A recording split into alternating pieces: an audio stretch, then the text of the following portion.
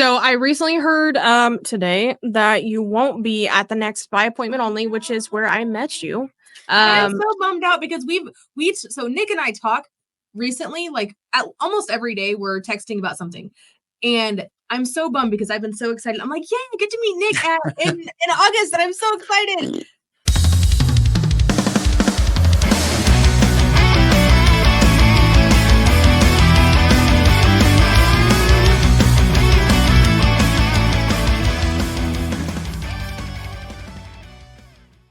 Hey, hello, friends, welcome back to the new episode of the Chicks in Charge Automotive Edition. And today we have a very special guest to bring to you. He is the president of Auto Momentum Solutions. We have Nick Cerame with us today. Hi, Nick. How are you doing? Hey, guys. How's everything? Thank you for having me on the show.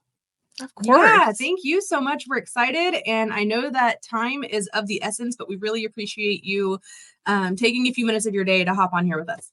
Not a problem. So for any listeners who have not met you, don't know of you, give us a little bit of a blurb about who you are, where you came from, what you do. Sure, absolutely. So I started in the car business in 2015, and I've been in it for about 10 years now. I started as a salesperson at a high volume dealership in New Jersey, selling about 600 to 700 cars. I was start off as a salesperson. And then from there, I went into the internet department in BDC and played around with that for a bit. And I got really, really good at it because of my sales skills and talking over the phone with customers and being able to bring people in. And from there, within about 3-4 months in the BDC, I became an assistant internet director. And ever since then, I've been building internet departments at different dealerships and have been quite successful with it. That's exciting. That is exciting. And that's a never ending changing world. Like being in BDC, you never have a boring day. Right. And as much as it can seem monotonous and like every day is the same, every day is completely different. You could have crazy, wild, successful. All my processes are doing all the things I need to tell everybody, and the next day it all crashes and burns. You're like, what the hell just happened? Exactly. There's always trial and error, especially when you're just getting into the BDC. And for me, that was definitely the case. Tried certain things, didn't work, and we just have to pivot from there and move forward and put other processes in place that do work. Yeah, I like that word pivot. I feel like that's kind of the word around here all the time. Is we're always pivoting. Yeah. These poor agents that work for me, like they got a whole new job every freaking day. Like, nope, not this, that. Nope, not that, this. So you work a lot with dealerships in implementing internet processes, building internet sales teams and BDCs even. What would you say is the number one mark that we're missing as an industry right now when it comes to BDC and internet sales? So I think the biggest thing that I see within the industry is a couple things. Auto Momentum stands by what we believe in, and that's what we call the ACE. And the ACE is accountability, it's consistency, and it's executing. And if you're missing any of those formulas or any ingredient to that formula, it's going to be really hard to execute at a high level and have a high performance culture, especially within a BDC. So we need to make sure that we're putting in the right people into place, the right team, no toxicity. Make sure we keep people accountable. We have fun. It's selling cars. We have to have fun with that stuff. Yeah. Also, keeping accountable, we have to have a process that's consistent. Because if we change it up too much, you're going to lose respect from the employees. And too much change is not a good thing. Obviously, if we have to pivot, going back to that word, that's a different story. And then at the end, we have to execute. And that goes hand in hand with accountability. So I think that is the biggest thing as far as setting up process, setting up internet teams, BDCs, hybrids, whatever the case is. We have to go by the ACE method and accountability, consistency, and execution. How would a dealership know if they don't have the right processes in place? Like, a lot of them don't pay a lot of attention to what's going on. They may look at the ROI, but they don't look at what got them there. And how would they know, I have a broken team, I need to fix this? That's a great question. So every KPI, performance metric, whatever you want to talk about, is within what we call our dealership performance analysis. So whenever we talk to a dealership, we give them a free dealership performance analysis. And what that does, it breaks down your traffic management, breaks down your lead handling, sales efficiency, as well as lead source performance. So once we break that all down, we show the dealer exactly what aspects or what part of the process because we could get really granular with it to where they're having issues with key areas of opportunities to highlight.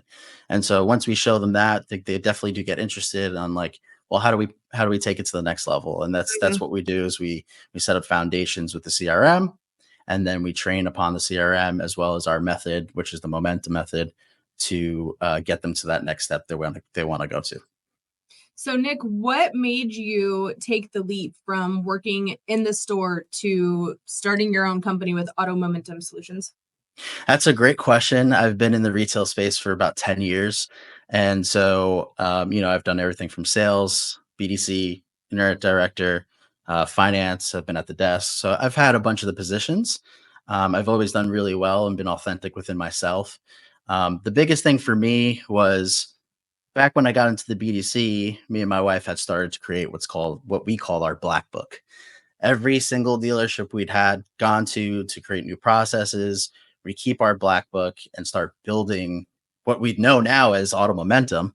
At the time, we didn't necessarily know which way it was going to go, but we took some of the best processes we've learned from mentors and other dealers, and we've combined and made our own type of thing, which has been really effective. And so we always knew we kind of wanted to go branch out on our own and do our own thing, but it was just a matter of gaining the experience under our belt to have some recognition and credibility to finally jump out of the space and actually help dealers do better in those areas. I love that. And do you think that it was your experience being in the BDC and the internet sales team that made you want to create a company like Auto Momentum? 100%. I mean, for me, when I was in sales or in those departments and I would listen to people who didn't necessarily have the experience, it doesn't connect as much as being in the trenches day to day. So It was really important for me to get all the experience I needed to understand metrics. I mean, who teaches you that? Nobody. You just got to click through the CRM. What does this report do? Right. And then you start to read it and you start to understand, okay, well, this is that. And so from there, we really taught ourselves how to read these things, how to break it down like a shotgun and move forward. Yeah. And that's something that I see a lot of the times when we talk to dealerships is it's not an ignorance. It's there's so much to it that it's hard to understand, which is why we have BDC managers, we have internet sales directors, we have people dedicated that this is their only job and this is what they need to know, and they need to know forwards and backwards. But part of the problem too is all of the people out there spewing different things. This is what you should be doing. No, that's what you should be doing. And then how do they know which direction to actually take? How do they know what their KPIs need to be? Because I'll be honest with you, it's different in every area. So while nationwide, we could be saying you need to be setting 30 to 40% of your leads, that may be totally possible in one area where in another it may not, or the type of customers that they have. And so it's the job of the person at the dealership whose department it is essentially to know what their numbers need to be. Right. And to analyze their market, if I have a certain franchise that typically has subprime customers, it's going to be a different metric than it is if I have, maybe a Mercedes store or a Honda store, right? So there's different buyers, there's different markets, and one size doesn't fit all in this industry, especially with the different franchises and locations and markets. So whenever we talk to dealerships, we analyze that stuff. What part of town are we in? What kind of customers are we getting? Do we get a lot of subprime? Do we not? And so you have to look at all these things first and not be so stuck to KPIs, because a lot of people are very strict with how they look at things like that. But at the end of the day, we have to be open to our market. It's a different space than somebody else's. Right. Mm-hmm. Yeah, that was something that I learned in the past several months is dealerships doing a credit profile matrix that they can go in to their DMS, wherever they're running credit at, and take a look at their average score. And most of the time, it's a lot lower than what they would expect. Yeah, 100%. Especially in this market. Yeah, unless you've got like one of those Mercedes stores like you were talking about. But, what's funny is some people may think selling a car doesn't matter where you are. It's not true. I promise you. As someone who has BDC stores all over the country, Detroit was one that just boggled me. And we had several stores in the Detroit metro and just could not figure out how to make them tick. You know, and I'm a data Nazi. I just jumped in and I'm looking at all the numbers, trying to figure out how to make sense of everything. And, you know, I could set same day only appointments. Like, I need you here in the next hour, and still 30% show rate. Just could not wrap my head around it until we found out their credit profile there in Detroit is the lowest in the nation. Oh, wow. Okay. Yeah. So that would definitely do it. Fear and anxiety. Customers have fear and anxiety. How do we lower that? What are we saying over the phone to get them in the right way with correct expectations? Yeah. And that's something that a lot of people maybe at the dealership don't know to do. That, you know, that we have to change our work tracks. We have to be more caring and careful with them and take our time with them. Well, I think that it's a common misconception that BDC is a one size fits all in this industry. And it's not. It's not.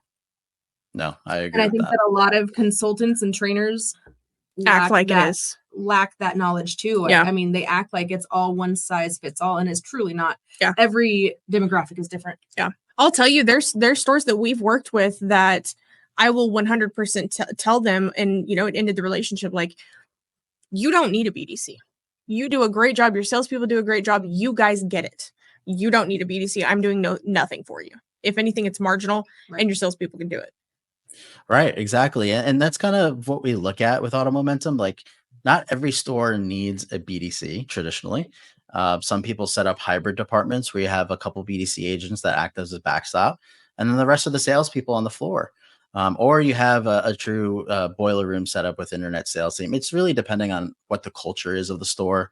I'll give you an example. We just went into a store over here in North Carolina about 3 months ago.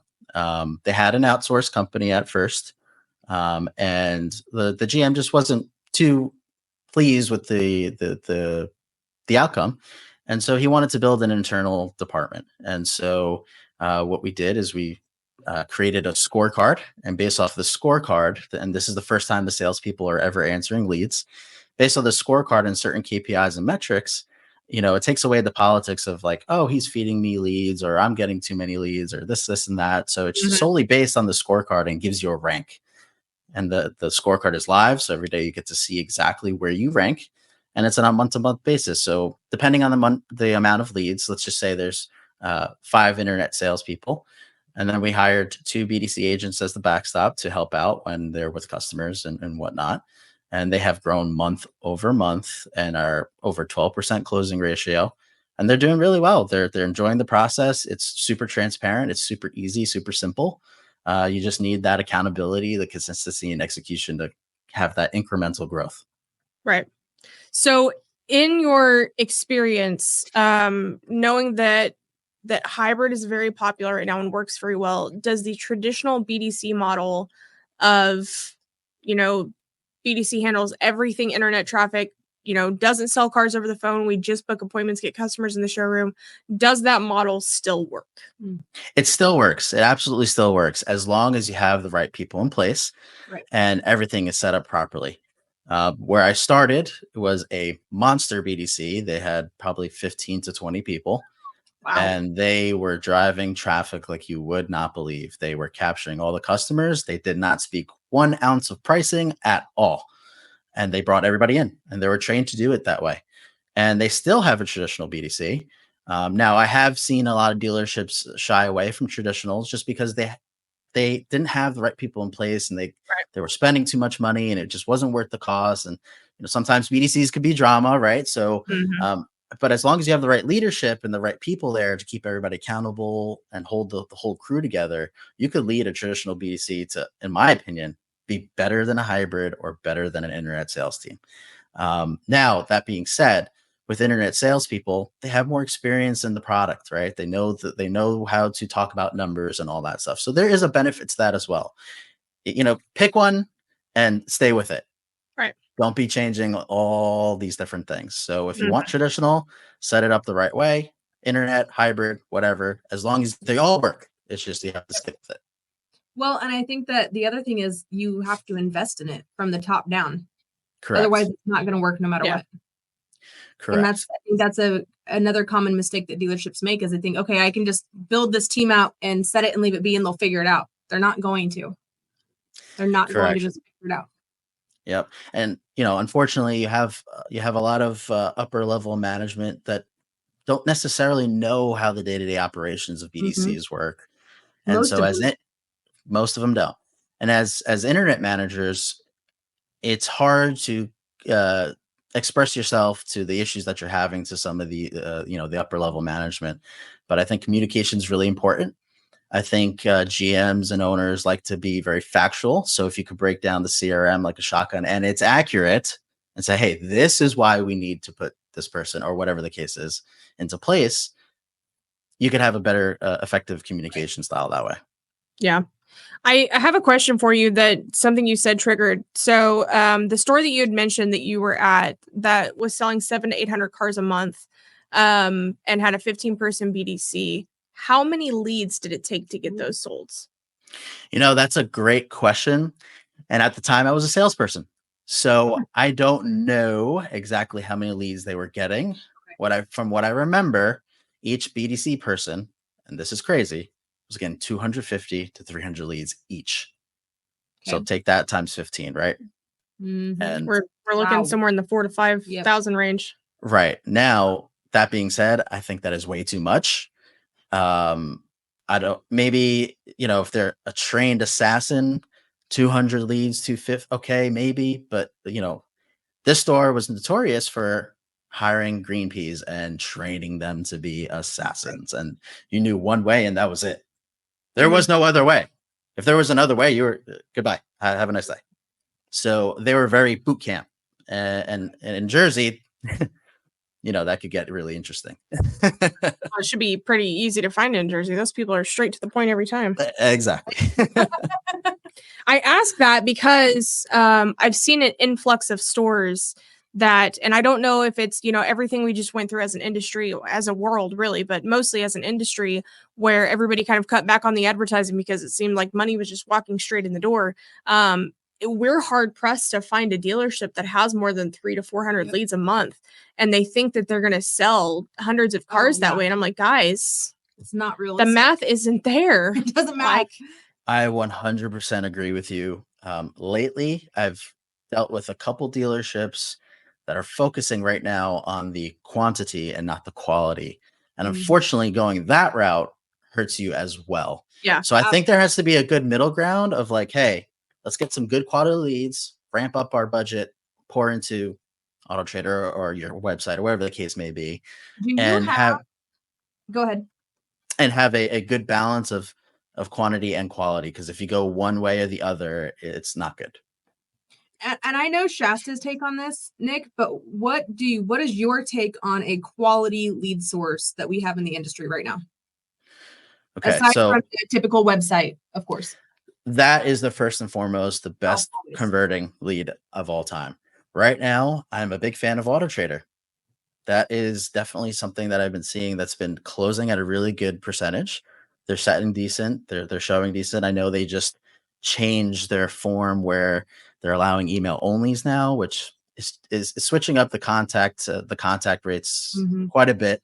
But they're still performing at a decent rate compared to other things or other sources. I'm not such a huge fan of Car Gurus, but I mean, it's necessary evils, right? You need to fill the leads in. So when it comes to lead sources, there's a bunch of good ones out there. I always like to focus 100% on the website as much as possible, and not wanting to rely on third parties, even though they're necessary. Yep. Well, and going back to that, they turn to these third parties because sometimes it's number one, it's easy. And number two, seems like what everybody's doing. If you're not on this, then you're missing out because customers are on it and you've got to be able to show your inventory. But going back to promoting their own website, a lot of dealerships, I don't think know how to do that. Mm-hmm. Yeah. What do you recommend when you're having those conversations with dealers and they need to up their website traffic? Where's the first place you recommend them starting? So this is something where, as an internet director, you do get involved in the marketing aspect. Yeah. And for us as Auto Momentum, I'll give recommendations. I don't want to get involved in marketing. It's just not my space. I'll let Mr. Frank Lopes deal with that. Right. So as far as the basics of a website, right? Is it easier in the customer's eyes to use the website? Do we have a why buy value? What are we providing for the customers? Is it some type of special lifetime powertrain warranty or whatever the case is? So you have to look at some of the basic stuff like that. But as far as the marketing goes, if a GM will ask me, I'll give recommendations. But that's not something that we totally focus on. I'll leave that to the marketing experts. Yeah, it's a good point. But I mean, it's hard for internet sales not to get wrapped up in marketing. I mean, I think the two have to at least be in communication about, hey, you started this new thing. It's not going well. I need you to take a look at it. Or, hey, this new kit is working really well. Do more. Mm-hmm. Right. And I think it's the way, again, back to the website, you have to have your SRP and your VDP set up with the right CTAs. What are we saying on the CTAs? I mean, you got to dive deep into all the stuff.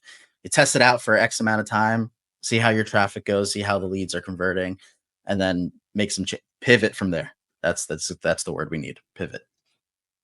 Love that. And Nick, so I want to touch on something that is a little bit controversial, but I think that we are kind of getting to the other side of it now and more people are getting on board with it. But what is your take on AI within your BDC? Okay, that's a great question. At first, I didn't know what to think of it.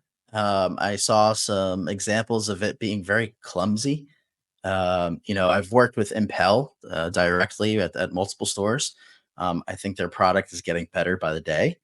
I see the responses going out. They're definitely becoming less distinguishable of a human and an AI, right? Mm-hmm. So I think it's a really good benefit because it acts as like the eye in the sky for the managers. If you guys don't know out there, Impel sends alerts to your managers as well as your salespeople, BDC, whoever it is, to respond back to the customer because the AI needs help. I think it's good because it sends out texts, it sends out emails. You could have the salespeople or BDC focus on really their texts and calls and not really worry too much about emails. I know we should still send them out, but now we have an eye in the sky to help us out with exactly, who needs assistance immediately and urgently. So we've built workflows for eLeads and VinSolutions and a bunch of CRMs to go hand in hand with the AI. The AI has to be set up in a proper way. We found the secret sauce, and this is working really well. We're having about anywhere from an 85 to 90% contact rate. Most of the stores are leading towards the 90% contact rate with the AI included with the salespeople. And so when you set it up the right way, where they're the assistant manager or they're one of the managers and not just a million type of, salespeople reaching out, because that could get overwhelming. It works really well. So I do like the AI. I think it's going to grow.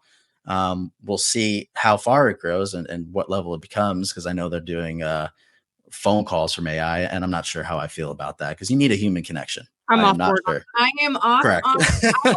How off I am on these AI phone calls that I will get a phone call. Okay, so I have to tell the story. This is funny. I got a phone call on our hotline not too long ago from a company, from like a website design company. Mm-hmm. And he was talking to me so monotone that I asked him probably 5 times, is this AI? Like, am I talking to a real human or am I talking to AI? So now every time he follows up with me, he goes, hi, it's the real human over here. I'm not convinced. I'm still not convinced he's a real human. Yep. You need that human connection. I mean, end of story. AI is here to help us, but you need that human to get involved. I mean, we sell the cars, the robots don't, Yep, right. So, and if you want to keep it an emotional purchase and not so transactional, you got to have emotion within it. You got to sell yourself, sell the dealership, have lots of energy, and just with AI, it's a monotone. So, yeah, definitely. Do you think that AI has the ability to completely replace the BDC in the near future? No, absolutely not. Never. I don't think so. I don't even think just not the near future. I think never. I think there's so much that goes into, I mean, no matter what, you're going to need humans managing the AI. We recently, we work in a system outside of the CRM just for efficiency for us, which, is what it is. And we recently started working with AI within that system, and it's taking a lot of checks and balances and tweak this, change that, get rid of this entirely. And, it's a good alley-ooper. If I had to call it anything, it will set things up. It will start a conversation. where sometimes humans can be a little bit awkward and, oh my God, someone actually answered the phone or someone actually answered my text. What do I do now? Like, because they're so used to voicemails and sending texts that never get responded to. Right. So I really think it's more of an alley-oop scenario. Yeah. I mean, think about AI, right? I mean, it's not really AI, but the automated systems. Look how much people get pissed off when they're on the phone and the automated system just doesn't understand. And we're just hitting 0 a million times because we just want to talk to a human, you know? And so, I swear to God, you watched me on Saturday. I did that exact thing. Okay. Yeah. So I think that's really important to consider. AI is here to help. I don't think AI is here to replace us. Yeah, I agree. I think that we have challenged ourselves sometimes. I think that sometimes people get too sales minded and they're like, okay, well, I need to solve all this customer's problems right now. They want numbers out the door, blah, blah, blah, but they're 3 hours away, or, they live next door, but they want numbers out the door before they even come in, or, we're being too aggressive on the appointment. And so AI can just keep that even tone the whole time. Mm-hmm. And I think that's very important. Yeah, for sure. All right, Nick, you are still a young buck in the automotive industry, although you have been in the industry for 10 years, I think that you said. 10 years. But what is one piece of advice that you would give to another up-and-coming person, man or woman, that was just joining the auto industry? That's a great question. I've learned a lot within being in the automotive retail space, and you want to focus on what you can control, and it's yourself. That's your mindset. Because just like any industry, right? It's not just automotive. Things could get very hectic. There's a lot of ups and downs. You could have, a lot of mental struggles with going into a slump for not selling cars for 3 days or whatever the case is. And so it's really important to keep your head on straight. So I grew up playing baseball. That was my thing. I was highly competitive. And I learned a lot, and it relates to the car business so much. I use that a lot in a lot of my trainings where, sometimes, you're striking out a bunch of times, but at the end of the day, you have to have a short-term memory and just keep pushing forward.